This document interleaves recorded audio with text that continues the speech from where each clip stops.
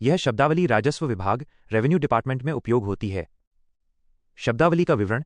1. आबादी देह गांव का बसा हुआ क्षेत्र। क्या है? सरल भाषा। आबादी देह मतलब गांव का वो भाग जहां लोग स्थायी रूप से बसे हों, घर, आंगन, गलियां, चौपाल आदि।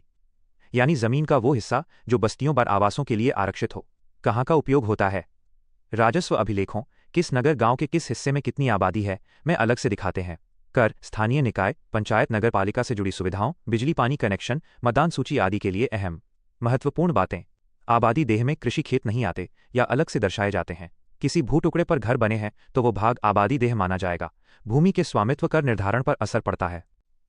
2. मौजा ग्राम। क्या है? सरल भाषा। मौजा एक राजस्व इकाई होती है, साधारणतः एक गांव या उस गांव का एक भाग। अंग्रेजी में अक्सर इसे रेवेन्यू विलेज या मौजा कहते हैं। कौन सा रिकॉर्ड? मौजा राजस्व ई कार्ड, खसरा खाता की आधारभूत इकाई होती है। एक तहसील जनपद में कई मौजा हो सकते हैं। एक मौजा के अंदर कई खसरा नंबर, खातेदार आदि होते हैं। व्यावहारिक उपयोग। जमीन के कागजात में मौजा का नाम लिखकर बताया जाता है कि यह जमीन किस गांव राजस्व इकाई से संबंधित है। सरकारी फॉर्म, रजिस्ट्री, जमीन खसरा आदि में मौजा आवश्यक संदर्भ है। 3. हदवस्त तहसील में गांव का सिलसिलावार नंबर।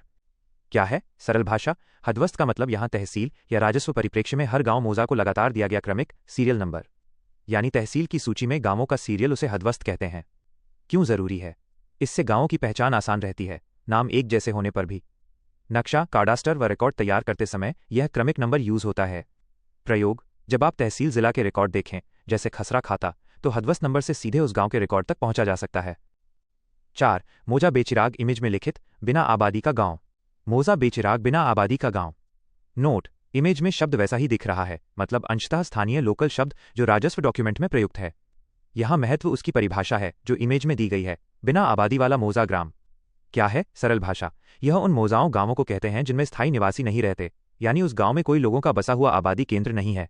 कारण अलग हो सकते हैं। गांव कबाड़ हुआ, खाली हो गया, बाढ़ दिक्कतों के कारण परित्यक्त हुआ, या मौसमनिष्ठ सीजनल निवास न होना। राजस्व कानूनी नजरिए से प्रभाव।